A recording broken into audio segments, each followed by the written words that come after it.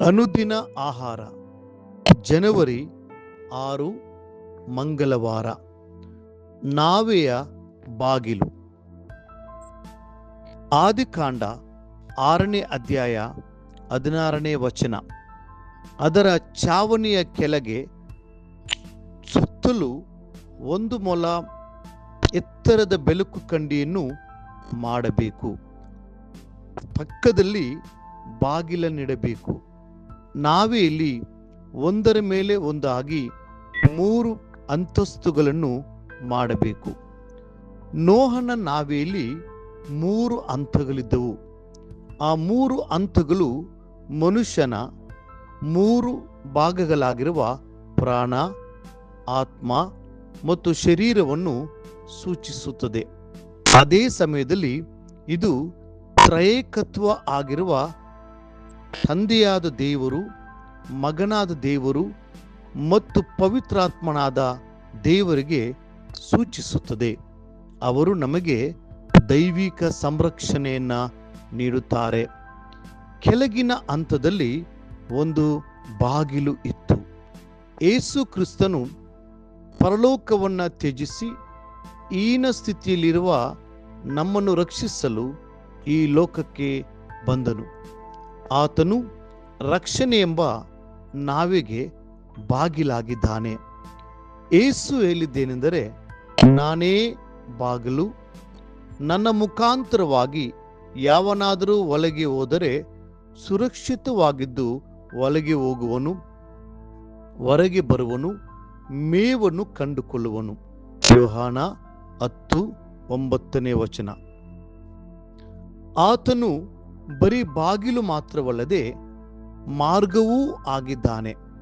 ನಾನೇ ಮಾರ್ಗವೂ ಸತ್ಯವೂ ಜೀವವೂ ಆಗಿದ್ದೇನೆ. ನನ್ನ ಮೂಲಕವಾಗಿ ಹೊರತು ಯಾರೂ ತಂದೆಯ ಬಳಿಗೆ ಬರುವುದಿಲ್ಲ ಎಂದು ಕರ್ತನು ಹೇಳಿದ್ದಾನೆ. ಯೋಹಾನ 14ನೇ ಅಧ್ಯಾಯ 6ನೇ ವಚನ. ಈ ಲೋಕದಲ್ಲಿ ಸಾವಿರಾರು ಧರ್ಮಗಳು ಮತ್ತು ತತ್ವಜ್ಞಾನಿಗಳು ಇದ್ದಾರೆ. ಅನೇಕ ಉಪದೇಶಕರು ಹಾಗೂ ಚಿಂತಕರು ನೆಲೆಸಿದ್ದಾರೆ. ಆದರೆ ಯೇಸು ಕ್ರಿಸ್ತನು ಒಬ್ಬನೇ ಪರಲೋಕಕ್ಕೆ ಹೋಗಲು ಏಣಿಯಾಗಿದ್ದಾರೆ.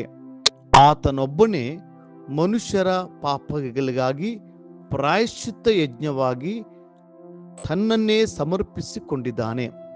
ಆಕಾಶದ ಕೆಳಗೆ ನಾವು ರಕ್ಷಣೆ ಹೊಂದಿಕೊಳ್ಳಲು ಬೇರೆ ಯಾವ ನಾಮವೂ ಇರುವುದಿಲ್ಲ. ನೋಹನ ನಾವೆಯಲ್ಲಿಯೂ ಸಹ ಮೇಲಿನ ಭಾಗದಲ್ಲಿ ಒಂದು ಕಿಟಕಿ ಇಡಲ್ಪಟ್ಟಿತ್ತು.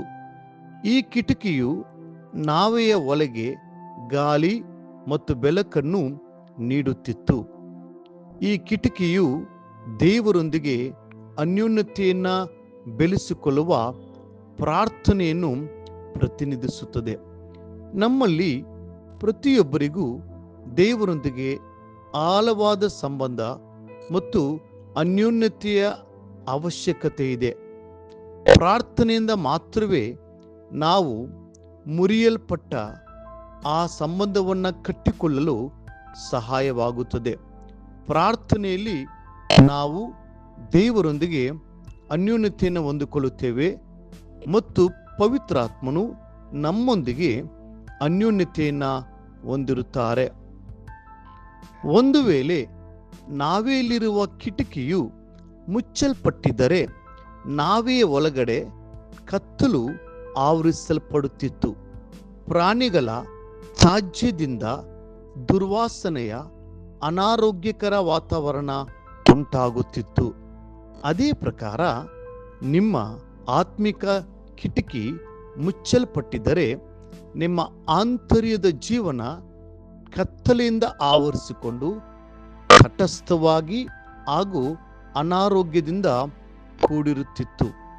ನಿಮ್ಮ ಆತ್ಮಿಕ ಜೀವನ ಆರೋಗ್ಯಕರವಾಗಿರಬೇಕಾದರೆ ನಿಮ್ಮ ಹೃದಯದ ಕಿಟಕಿಯನ್ನು ಪರಲೋಕದ ಕಡೆಗೆ ಯಾವಾಗಲೂ ತೆರೆದಿಡಬೇಕು. ದಾನಿಯೇಲನು ಮಹಡಿಯಲ್ಲಿ ಕಿಟಕಿಯನ್ನು ತೆರೆದು ಯೆರೂಸಲೇಮಿನ ಕಡೆ ಮುಖ ಮಾಡಿಕೊಂಡು ಪ್ರತಿನಿತ್ಯವೂ ಪ್ರಾರ್ಥಿಸುತ್ತಿದ್ದನು. ನಿಮಗೆ ಸಹಾಯ ಬರುವ ಕಲ್ವಾರಿ ಬೆಟ್ಟದ ಕಡೆಗೆ ನಿಮ್ಮ ಹೃದಯವನ್ನು ತೆರೆಯಿರಿ, ಕಾರಣ ನಿಮ್ಮ ಸಹಾಯವು ಆ ಬೆಟ್ಟದಿಂದಲೇ ಬರುವುದು.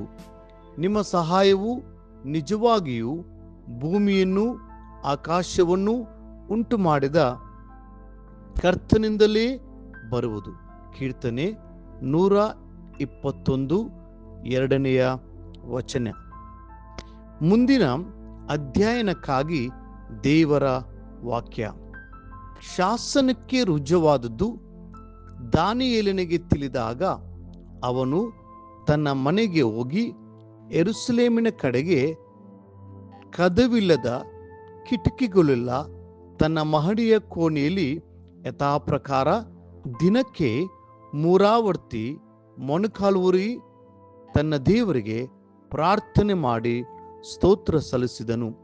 ದಾನಿಯೇಲ 6ನೇ ಅಧ್ಯಾಯ 10ನೇ ವಚನ. ಈ ದಿನ ಓದುವ ದೇವರ ವಾಕ್ಯದ ಭಾಗ ಮುಂಜಾನೆ ಆದಿಕಾಂಡ 16 ಮತ್ತು 17ನೇ ಅಧ್ಯಾಯಗಳು, ಸಂಜೆ ಮತ್ತಾಯ 5ನೇ ಅಧ್ಯಾಯ 27ರಿಂದ 48 ವಚನಗಳು. ಕರ್ತನು ನಿಮ್ಮನ್ನು ಸಮೃದ್ಧಿಯಾಗಿ ಆಶೀರ್ವದಿಸಲಿ.